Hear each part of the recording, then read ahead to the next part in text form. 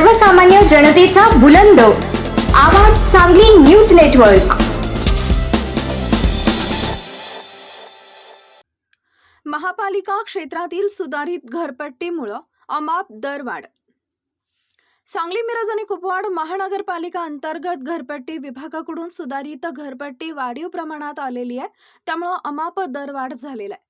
वाढीव घरपट्टीमुळे सांगली मिरज कुपवाड महानगरपालिका अंतर्गत घरपट्टी धारक नागरिकांना वाढीव घरपट्टीमुळे नाहक त्रास सहन करावा लागणार असून त्यांच्या खिशाला कात्री लागणार आहे।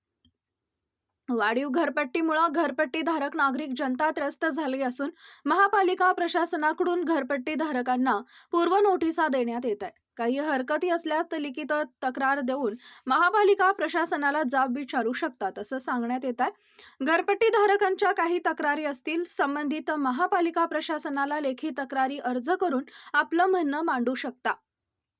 त्यासाठी घरपट्टी धारकांनी तक्रारी अर्ज लिखित स्वरूपात करायला सुरुवात केली आहे।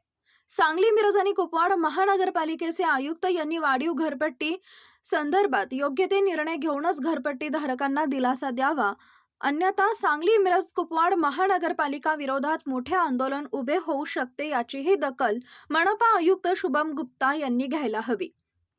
तसेच अधिकृत घरे व घरपट्टी धारक आणि अनधिकृत घरे व घरपट्टी धारक यांचीही सर्वे होऊन चौकशी होणं गरजेचं आहे। त्याचबरोबर घरपट्टी विभागाचा कारभार व दप्तर तपासणीही व्हायला हवी। घरपट्टीच्या मार्फत जो काही महसूल जमा होतो त्यामार्फत नागरिकांना सुविधा दिल्या जातात का, हेही पाहणं गरजेचं आहे।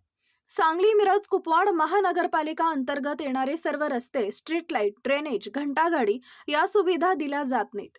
या घरपट्टीच्या कराच्या माध्यमातून जमा होणारा महसूल कुठे खर्च केला जातो याची चौकशी होऊन त्याचं ऑडिट होणं गरजेचं आहे। त्या बदल्यात नागरिकांना मूलभूत सुविधा दिल्या जातात का? तसेच येणाऱ्या काळात सुधारित वाढीव घरपट्टी अमाप दर वाढीमुळे नागरिक घरपट्टी धारक यांना हा चिंतेचा विषय होऊन बसला आहे। याची दखल मनपा आयुक्त यांनी घेऊन या वाढीव घरपट्टीबाबत ठाम निर्णय घ्यावा, अन्यथा राजकीय पक्ष, सामाजिक संघटना व घरपट्टी धारक नागरिक एकत्र येऊन सांगली मनपा यांच्या विरोधात मोठे आंदोलन उभं केले जाऊ शकतं।